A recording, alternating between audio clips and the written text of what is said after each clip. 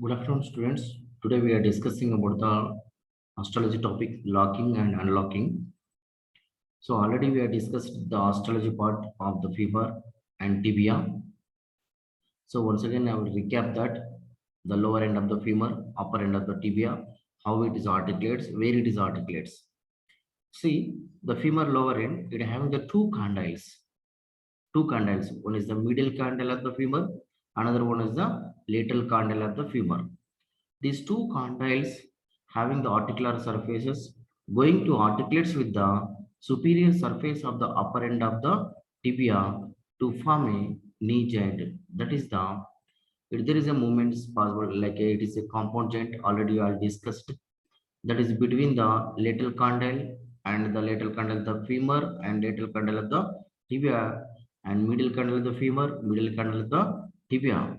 These two condyles to make a that is the condylar type of joint. Another one is there, you know, the patella articulates with the femur that form a saddle variety of the joint.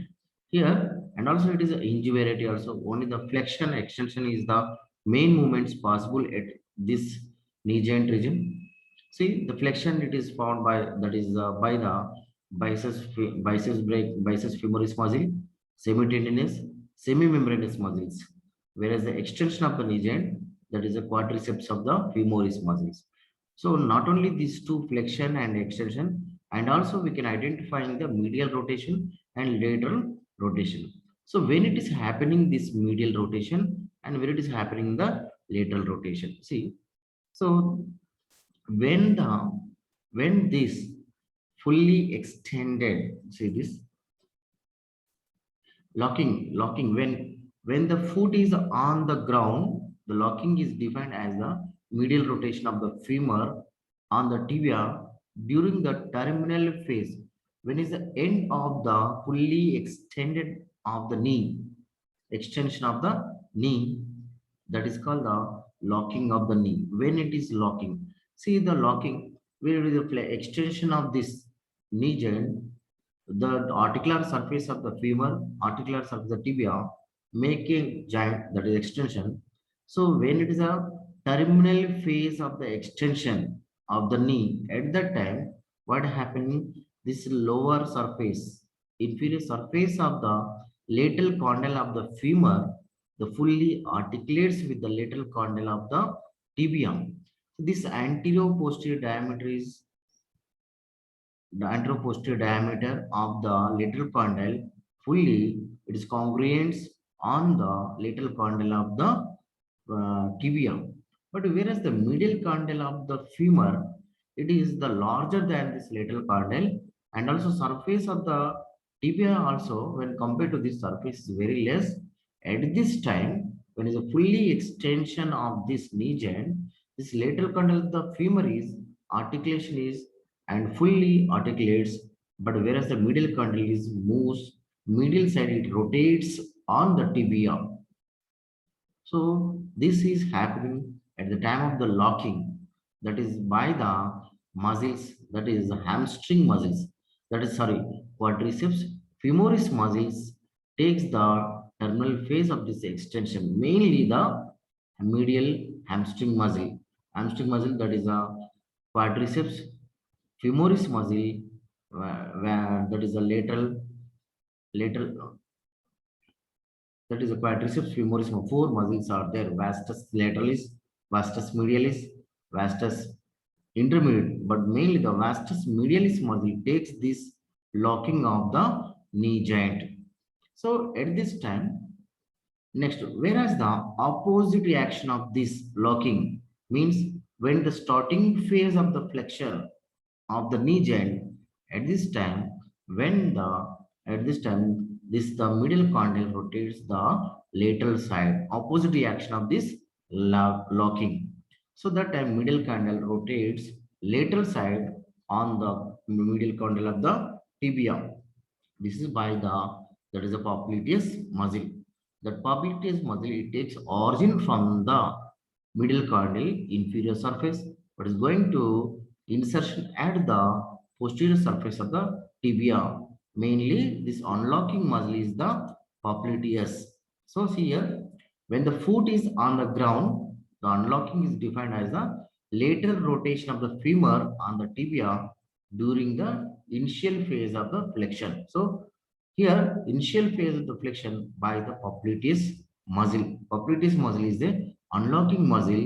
When is the fully flexion of this knee joint? At the time, hamstring muscle takes the part of the fully flexion of the knee joint. This is the unlocking of the knee joint.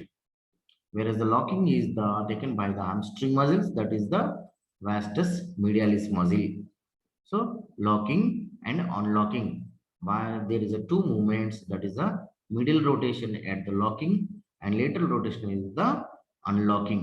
This lateral rotation and middle rotation also it takes to the just below this, where is the articular surface of the knee, that is the lower end of the femur, whereas the superior end of the tibia. Between these two, there is a C-shaped structures, that is the menisci is there, lateral menisci and medial menisci. Between these two articular surfaces, between there, that is a lateral menisci is a semicircle, that is a lateral meniscal is a that is a rounded or circular.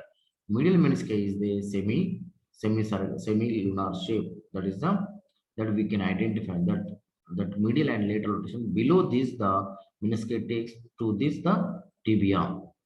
So, so what are the attachments of the superior surface of the tibia? You know, between the where is the two articular surface between the intercondylar area or intercondylar ridge or the tubercles.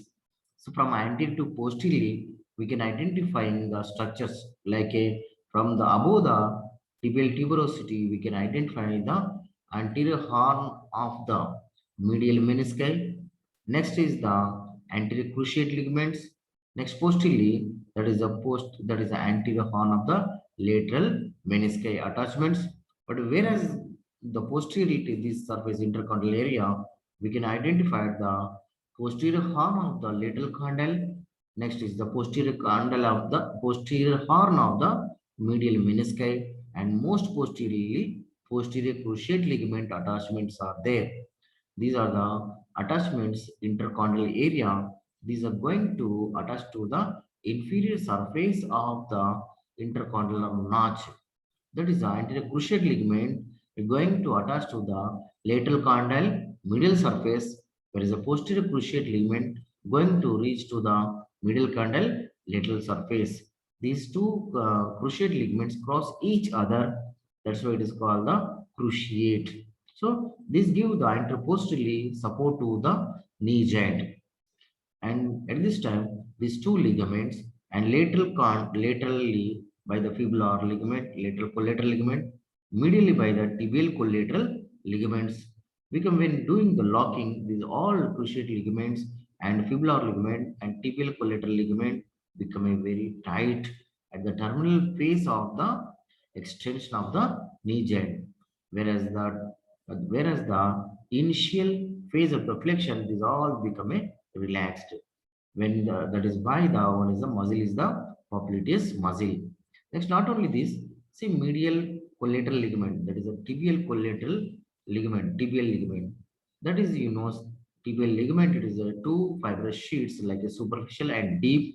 It is a modified tendon from the adductor magnus muscle. It is a modified tendon of the adductor magnus muscle, whereas the fibular, it is a cord-like structure. It is developed from the, that is the vastus, that is the tibialis semitendinous muscles. Not only this, and also popliteus muscle is going to insertion at the posteriorly middle condyle posterior. There is a groove is there. That is the groove for the semi-membranous muscles. That is hamstring muscles for the flexion of the knee joint. So this we are expecting the short notes locking and locking.